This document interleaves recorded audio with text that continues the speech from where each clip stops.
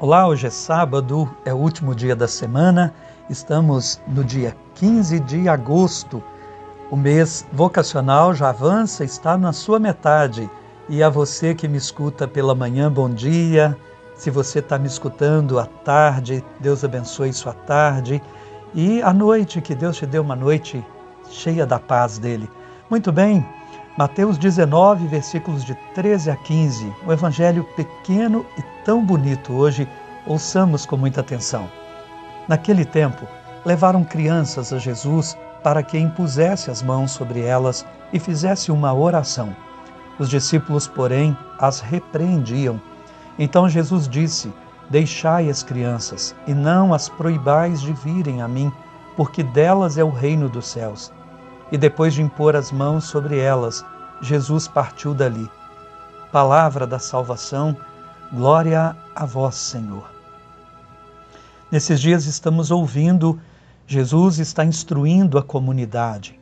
E nós somos a comunidade, todos os que fomos batizados no batismo do Pai, do Filho e do Espírito Santo, nos tornamos a comunidade, igreja, a comunidade de Jesus. E Ele está instruindo essa comunidade para que a gente viva nos valores do reino.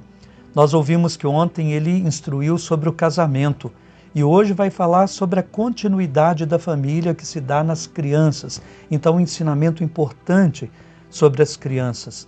São as instruções para se ter uma família verdadeiramente cristã, segundo Deus e não segundo a mentalidade do mundo. É importante, se você é cristão, não pode viver como pensa o mundo sem fé, mas um mundo iluminado pela fé, ou seja, o modo cristão de viver. Deixai as crianças, não as impeçais de se aproximarem de mim. A pergunta para nós hoje é essa: temos possibilitado as crianças irem a Jesus?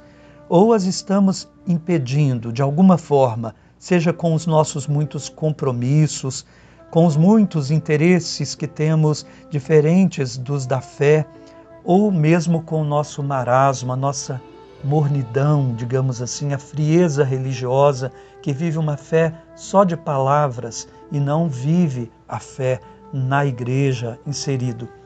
É preciso deixar as crianças irem a Jesus, não as impedir. Eu lembrava quando era padre ainda, que falava sempre nas missas: a criança tem que crescer na igreja, acostumada com a fé desde pequenininha. Os pais vão instruindo o modo como ela deve se comportar ali. Não tem problema se inicialmente a criança se comporta como criança. A gente vai tolerando, mas o importante é que a criança esteja perto de Jesus Cristo, na comunidade, acostumando-se com a comunidade. Eu diria que a missão de um pai e de uma mãe, sobretudo esses dois, mas também dos irmãos mais velhos, dos avós, dos padrinhos, dos tios, fica profundamente comprometida se não dá para a criança a fé. Pai e mãe, vocês podem dar tudo para a criança de vocês, mas se não derem uma fé viva, terão falhado gravemente na missão. O futuro das crianças é a fé. E a fé também tem o futuro dela nas crianças. Hoje, infelizmente, a gente vê a internet, a TV, através de muitos desenhos, séries, filmes e tantas coisas, colegas, a escola tem formado muito mais do que os pais. E essas coisas dificilmente formam para uma fé viva. Pais que já não têm prática religiosa e deixaram seus filhos à mercê do mundo, de outras fontes de educação. Dão tudo a elas, menos Deus. Que coisa tão triste. Ou dão um Deus de teorias, de palavras, não veem o engajamento, não veem o testemunho dos seus pais. Mas Jesus pergunta: o que adianta uma pessoa ganhar o mundo inteiro, mas perder a sua alma? Assim, o que adianta dar tudo para um filho, e deve-se dar, lógico, educação, valores cívicos, cidadania, essas coisas todas, saúde, mas se essas coisas não tiverem a iluminação da fé, permanecem no nível da imanência, ou seja, do material, não adquirem o brilho da transcendência, do eterno. Como adultos do amanhã, essas crianças, como elas viverão casamentos estáveis sem a luz da fé, a iluminar o amor, aquele amor de doação? Como serão profissionais altruístas capazes de desejar um mundo bom para todos, sem essa largueza da generosidade que a fé traz? Como serão capazes de compreender a dor, o sofrimento e lhes dar um sentido e ter força para superá-los, sem uma fé viva? Como, enfim, eu perguntaria, darão aquele sentido último à sua existência, sem aquela fé única, suficiente para responder aquelas perguntas existenciais: quem somos nós? O que viemos fazer neste mundo? Qual o sentido da vida? Por que a dor e o sofrimento? Então, meus irmãos, é preciso deixar as crianças irem a Jesus.